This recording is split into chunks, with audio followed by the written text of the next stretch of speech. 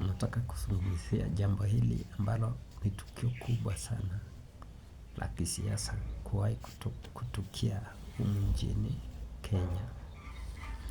Leo vile mnavyojua,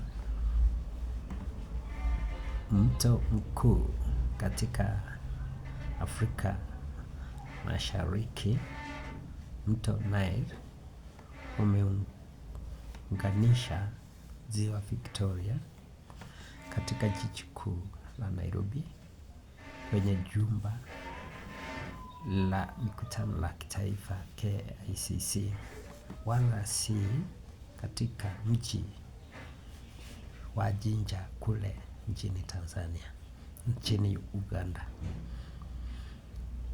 Tukio hilo ni kwamba mto Nile, yaani Raila Amolo Odinga ameweza kuungana na rais wa Kenya William Samoei Ruto katika tukio kubwa kabisa kule Nairobi, na kwamba kuna watu wengi ambao walikuwa na maoni kwamba waziri wa zamani wa usalama Daktari Fred Matiang'i angekuwa na kipaumbele katika kuwania kiti cha urais mwaka 2027 bila pingamizi yoyote.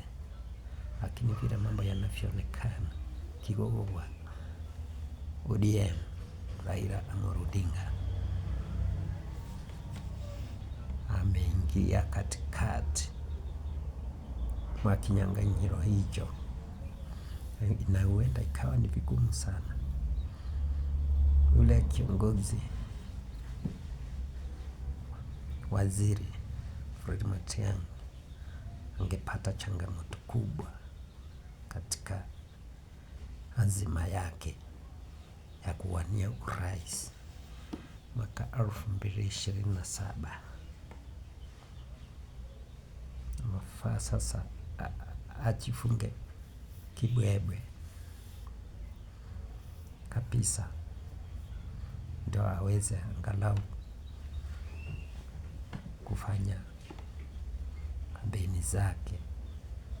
Mwajua vile mnavyoelewa, Raila ni kiongozi wa kusifika na kutajika, ambaye amekita mizizi ya kisiasa katika humu nchini Kenya, Afrika Mashariki, Afrika kwa jumla.